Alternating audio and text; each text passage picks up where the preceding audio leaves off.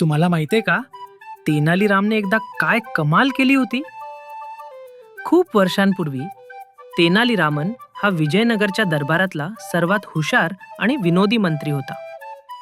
एकदा कृष्णदेवराय राजा म्हणाला, जो कोणी मला हात न लावता या पाण्याने भरलेल्या भांड्यातील सोनं बाहेर काढून दाखवेल, त्याला मोठं बक्षीस मिळेल.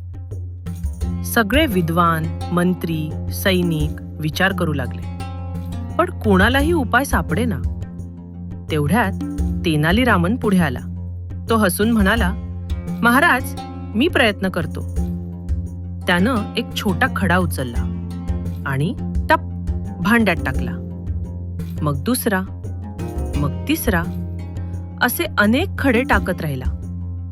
खडे टाकल्यामुळे भांड्यातील पाणी वर येऊ लागलं आणि सोन्याची नाणी वर वर वर. आणि शेवटी सोनं इतकं वर आलं की तेनालीरामननं ते हात न लावता बाहेर काढलं. दरबारात टाळ्यांचा कडकडाट झाला. राजा म्हणाला, वा, तुझी बुद्धी विलक्षण आहे.